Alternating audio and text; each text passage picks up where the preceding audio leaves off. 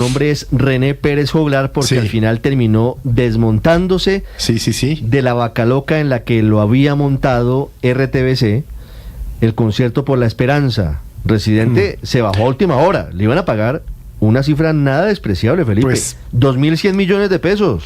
Él, pues lo que dijo su manager o su gente es que prefieren que esa plática vaya para la cultura y tal. Pero yo lo que creo es que le dijeron, mire, no vaya en este momento a Colombia.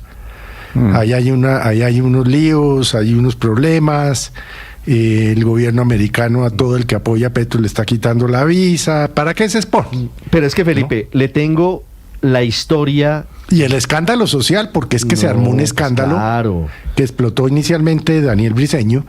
Y el tipo le debieron decir, miren, eso está muy prendido, ¿no? ¿Qué sentido tiene? Felipe, pero es que todo esto tiene un antecedente y creo que es importante conocerlo y escucharlo. ¿Cuál? El antecedente es un concierto de Calle 13, que era el grupo en el que era el grupo de Residente era el vocalista y líder, hace un poco más de 10 años. En el 2014, el 14 de mayo de 2014. Exactamente. ¿Y qué antecedente tiene? Nos va a contar la historia. Bueno, ¿sabe qué pasaba en 2014, Felipe?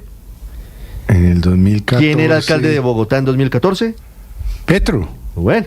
¿Quién era procurador general de la Nación en 2014? Alejandro Ordóñez. Ok, entonces toda esa historia empieza... Devuélvanse al 2014. Devuélvanse a la alcaldía de Bogotá de Gustavo Petro y a los conciertos de la Esperanza, que ya existían desde esa época. Esta iba a ser, el 14 de mayo del 2014, iba a ser la tercera edición del concierto de la Esperanza, versión Bogotá, versión alcaldía de Bogotá.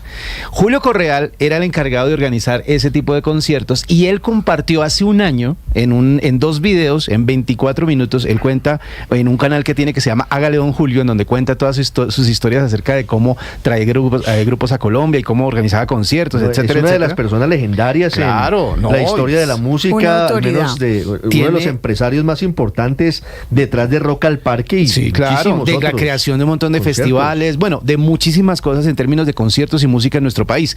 Pues resulta que él cuenta en esa historia, el post es de hace un año, y él cuenta en esa historia un pedacito del drama que vivió Calle 13 cuando vino a ese concierto el 14 de mayo del 2014.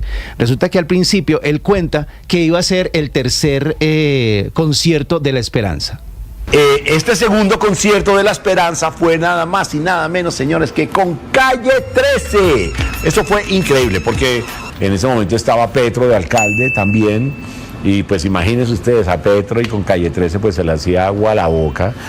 Por supuesto quería darle las llaves de la ciudad, quería invitarlos a cenar a la casa, quería que hicieran una rueda de prensa en la Plaza Che Guevara de la Universidad Nacional. En fin, iba a ser todo un acontecimiento la visita de Calle 13 a Bogotá. Querían hacer de todo con Calle 13. Tenían una comida en la casa del entonces alcalde Gustavo Petro. Es decir, querían meter a Residente por todas partes, muy político, en el tema político de Bogotá. Hacía un tiempo se había presentado, había hecho en un concierto y había hecho cada país en donde se presentaba, él hacía alguna apología, alguna injusticia que se estuviera presentando en ese país, alguna lucha que estuviera teniendo ese país. Pero ¿qué pasó? ¿Por qué llegamos a que hoy ya no viene? Espera y verá, llegamos a lo siguiente. Es que la historia sigue. En la rueda de prensa... Aquí hay por eso, porque es que él está muy bueno saber por qué este zurdo no vino. En la rueda de prensa que le organizaron en esa época, Holman Morris, actual director de RTBC, tenía un programa en Canal Capital y consiguieron una entrevista Contravía. Exactamente, Contravía. Pero además, ¿Holman no era el gerente de Canal Capital? Estaba también, claro. Exactamente. Entonces, Holman, gerente de Canal Capital, le hace una entrevista a René, pero previo a eso, como se suele hacer, se le envía un cuestionario a el artista para que sepa de qué se le va a preguntar, y Holman en algún punto se sale del libreto. Holman pidió una rueda de prensa con los muchachos, con René y con Eduardo, que pudieran hacer una rueda de prensa virtual para sacarla por el canal. Mandó un cuestionario, yo se los envié a René, ¿no? En medio ya estaba promocionado el concierto, ya se había armado todo un ambiente alrededor del tema, hablaban unos, otros, bueno, en fin. Hicimos la rueda de prensa y yo me fui para el canal. Y pues efectivamente Holman empezó a hacer las preguntas que estaban en el cuestionario, pero como en la tercera pregunta se salió del libreto, entonces me acuerdo mucho que dijo, ¿qué opinan de un procurador que quema libros? ¿No? Haciendo referencia a algún personaje que había en ese momento en la Procuraduría. Entonces René y Eduardo ya se sintieron como incómodos, yo también estaba ahí y le dije, Holman, no te salgas del libreto, marica. Si ya habíamos mandado unas preguntas, ¿por qué se sale del libreto el man? Pues el man se salió del libreto y René y Eduardo se sintieron incómodos y despidieron el cuestionario, la rueda de prensa. Hasta ahí llegó la rueda de prensa, hasta ahí llegó la interacción con Holman Morris, pero después el manager llamó a Julio Correal y le dijo, ¿sabe qué? Tenemos un contrato firmado, pero lo único que vamos a hacer es cumplirlo.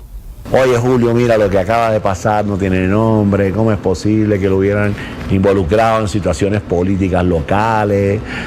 Polo me llama el celular y me dice, mira, Julio, ¿sabes qué? Esto es imperdonable, ya tenemos un contrato firmado, vamos a hacer la presentación, pero te quiero decir que Calle 13 va a llegar a Bogotá, llega al aeropuerto, del aeropuerto va al hotel, del hotel va a la Plaza de Bolívar a hacer el concierto, de la Plaza de Bolívar al hotel y del hotel al aeropuerto y se va. No queremos ver a nadie, no vamos a dar rueda de prensa, no vamos a vernos con nadie, no queremos las llaves de nadie, mejor dicho, la cagada. Ese fue el inicio. Pero entonces, la cagada. El resto. Pero entonces fue que este señor René se enteró a última hora que el que lo iba a traer era Holman Morris. Claro. Exactamente. No, y al final de la historia, esa historia, pero es que al final de esa historia hubo otro problema y es que aparecieron trinos en internet que leyó también Julio Correal en esa historia que nos estaba compartiendo, en donde decía que había gente que estaba dispuesta a matar al Residente por lo que había pasado en un concierto previo, en donde él había lucido una camiseta que decía Uribe paramilitar o Uribe. Sí, es que esa camiseta es muy curiosa, porque se leía Uribe paramilitar. Ajá. Obviamente un juego de palabras. Sí. Quería decirlo, pero se refería a un globo que hubo en su momento, que ustedes recuerdan, yo creo que María Consuelo era canciller, de las supuestas bases militares de Estados Unidos en Colombia, que denunció Hugo Chávez en Venezuela. Decía Ajá. Uribe para las bases Uribe militares. Uribe para bases militares, pero se leía Uribe paramilitar. Y esa camiseta era un éxito en Venezuela. En Caracas, en todos los semáforos usted las veía. Era la época de Hugo Chávez, ¿no? Esa era una época distinta. Pues aparecieron trinos en esa época que decían que estaban alistando armas de largo alcance para poder atacar a Residente en el momento en el que se subiera al escenario.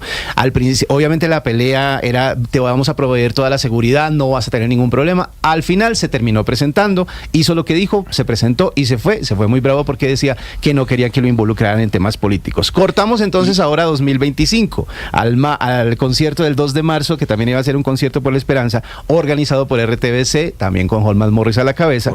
Y al final entonces sale un comunicado de los empresarios del equipo de trabajo de Residente, que se lo comparte a la revista Rolling Stone, en donde dice, no teníamos mucho conocimiento del evento, más allá de que un canal de televisión lo estaba invitando a tocar en la Plaza de Bolívar, en dicha ciudad, hablando de Bogotá. En lugar de utilizar el dinero en un evento como este, sentimos que es mucho más productivo utilizarlo para apoyar a los artistas colombianos y su cultura local. Además, también dicen, prometemos que en otro momento haremos una presentación en Bogotá para las personas que no han podido asistir a uno de los conciertos. Recuerda, Ricardo, que cuando salió la noticia se habló de 3.600 millones de pesos, no me acuerdo cuántos que son los honorarios o los costos, y inmediatamente todo el mundo salió a decir, ¿cómo es posible que en semejante crisis fiscal están haciendo recortan subsidios en el DPS y demás, pues se gasten la plata en un concierto tan suntuoso, digamos, maravilloso, Calle 13, maravilloso, René, pero exacto, y yo creo que le llegó esa información a él y pues es un tipo que defiende, digamos, su reputación como un hombre, digamos, de causas justas, y pues se dio cuenta que era absolutamente injusto que le pagaran semejante platal en una situación económica como la que está viviendo el país y fiscal como la que vive el país, y que esa plata no se la dieran a artistas locales. Entonces, pues tuvo René la coherencia que no tuvo el gobierno, lamentablemente. Coherente, René Pérez Joglar, un hombre que además es manifiesta abiertamente de izquierda, y es un hombre que se involucra mucho en la política desde sus canciones. Claro, pero fíjese que Polo, que era el representante de él, y lo cuenta Julio Correal, se molestó en ese momento porque dijo, quisieron involucrarlo en temas políticos de Colombia. Él tiene mucha afinidad con Colombia, pero no le interesa. Sí. Así que no descarte, Ricardo, que la cancelación en el 2025 tenga que ver con ese antecedente. Con Holman Morris, que dice, le cerraron, Felipe dice, le cerraron el escenario para que no pudiera nadie ingresar a tomarse fotografías. ¿De dónde es Residente? Él es puertorriqueño. Ah, no, entonces no le pueden quitar la visa. Acabo de decir una estupidez. pero Julio Correal sí lo escribió. Dijo, hay que corregir. Se veía venir. Cuando anuncian la cancelación dice se veía venir. Bueno. Y yo no creo que sea por el tema de los honorarios, creo que es por el tema de la instrumentalización política. La respuesta de Holman Morris hasta ahora solo ha sido en un trino que dice la esperanza no se cancela. Es lo único que puso. 9:25 minutos con los crespos hechos la gente que quería utilizar políticamente a Residente en Bogotá.